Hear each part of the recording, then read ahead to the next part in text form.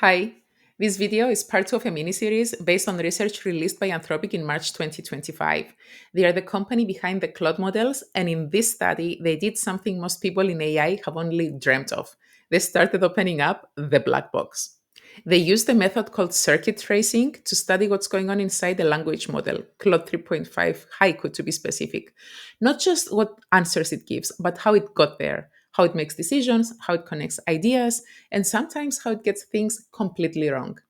In the last video, I showed you how the model can reason through multiple steps, like figuring out that Dallas is in Texas and the capital of Texas is Austin. And today, we're looking at two completely different skills: how models handle language across different languages and how they do basic math, like adding two numbers together. Let's start with language. These models are trained on text from all over the internet, millions of documents in dozens of languages. So they pick up a lot of linguistic knowledge. But here's the question: do they treat each language as a separate system, or is there a kind of shared internal thinking space underneath it all? Turns out it's both.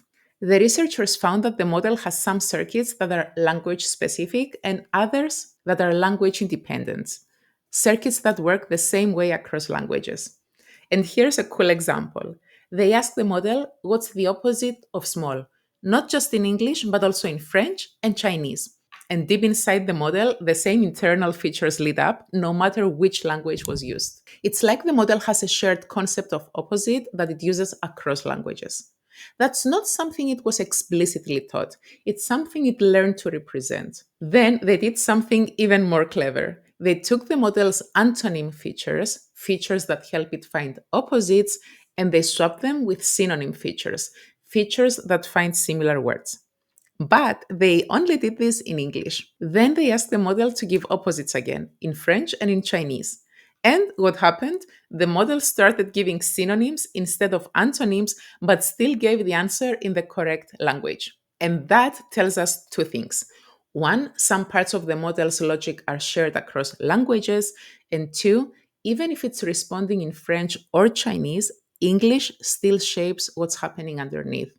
It's like English is the foundation layer, the default way the model organizes meaning. Even when it's thinking globally, it's thinking through a very English lens. And this has big implications. It means these models are not just multilingual, they're internally structured around English, which could affect how they understand nuance, tone, or cultural context in other languages. Now, let's switch gears to something that seems totally different: math. You'd think math would be simple for AI. There's one right answer, the rules are fixed. Shouldn't a model trained on so much data be good at it? Well, kind of.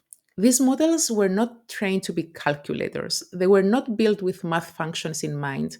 They learned math the same way they learned language, by reading examples. So when researchers looked at how Claude 3.5 Haiku adds numbers, they found something unexpected.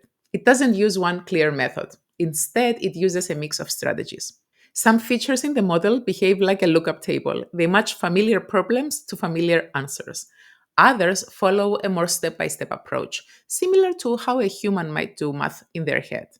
And then there are features that reflect something much more abstract: the Fourier decomposition, which is a mathematical way to represent numbers and patterns in compressed form.